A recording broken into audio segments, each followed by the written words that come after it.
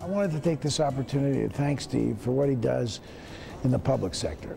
Of course, first and foremost, he's a great lawyer, he's a great family person, he runs a terrific business, all of those things. But Steve loves politics, loves government, understands that with all its warts, it's the only way to get things done, to make real change happen in this country. But he just doesn't pontificate, he just doesn't sound off about what needs to be done. He puts his money where his mouth is, and he puts his energy and his work product where his mouth is. Steve has been a great contributor to so many good causes, mostly good Democrats running for office locally, regionally, or nationally. But he's also been a tremendous help to us in our election efforts. When there's an election question, or when there's potential voter suppression, or when there are recount problems, the first advice I give to Democrats all over the state is call Steve Schaller. Steve gets on these cases like a laser, locks in, and finds usually a way to make sure that fairness triumphs.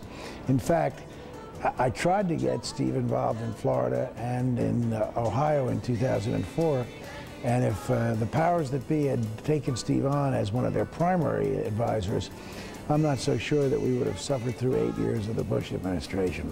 Am I right, Steve? But in any event, Steve, thanks for all you do for so many of us, myself included.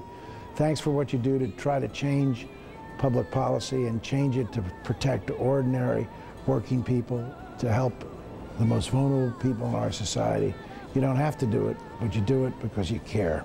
And where that future goes is very unclear. But I think one thing is clear, that lawyers need to focus on doing what they consider to be in the best interests of not just the client, but in terms of what's in the best interest of preserving our country and our Constitution and the rights that we are so dedicated to for these over 200 years.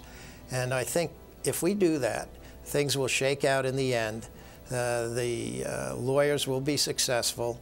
They may change the ways they do things. They may take less money and by the hour. They may handle different kinds of cases.